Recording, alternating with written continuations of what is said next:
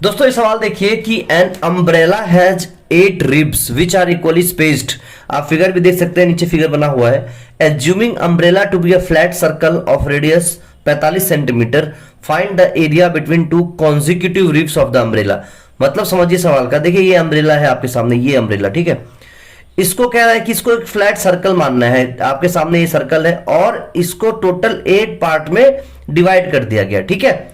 और रेडियस आपको दे दिया है 45 सेंटीमीटर। तो फाइंड करना है कि दो कॉन्जिक्यूटिव जो रिब्स है उसके बीच का जो एरिया है वो कितना होगा।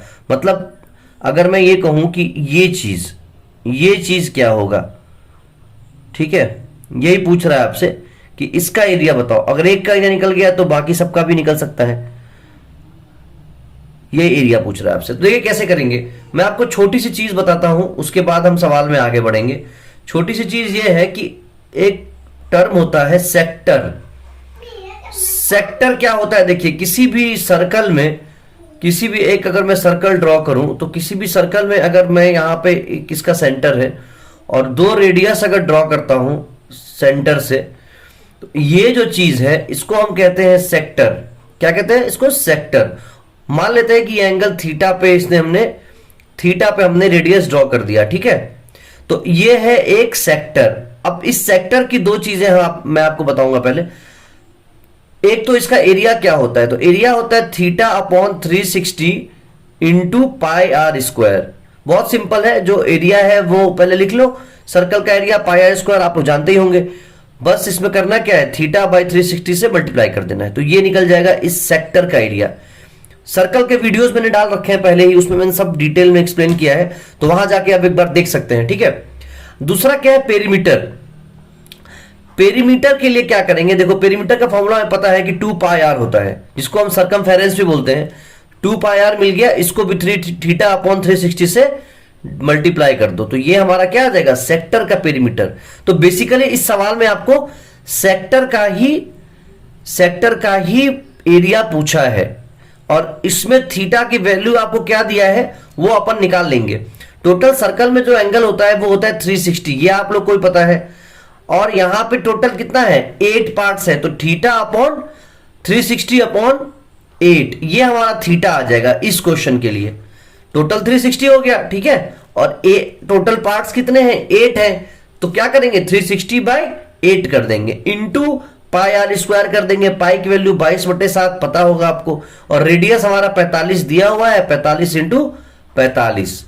तो इसको सॉल्व कर लेते हैं। इसको सॉल्व कैसे करेंगे, देखो ये गया इसमें, ये गया 360 बाई 8 किया तो ये आ गया 45, ठीक है। ये 45 डिग्री हमारा थीटा है, ये 45 डिग्री हमारा क्या है, थीटा है। लेकिन अभी सवाल खत्म नहीं हुआ है, क्योंकि फॉर्मूले में क्या होता है, थीटा अपॉन 360, तो ये 45 थीटा आया है, तो अपॉन 360 भी रहेगा, अपॉन 360।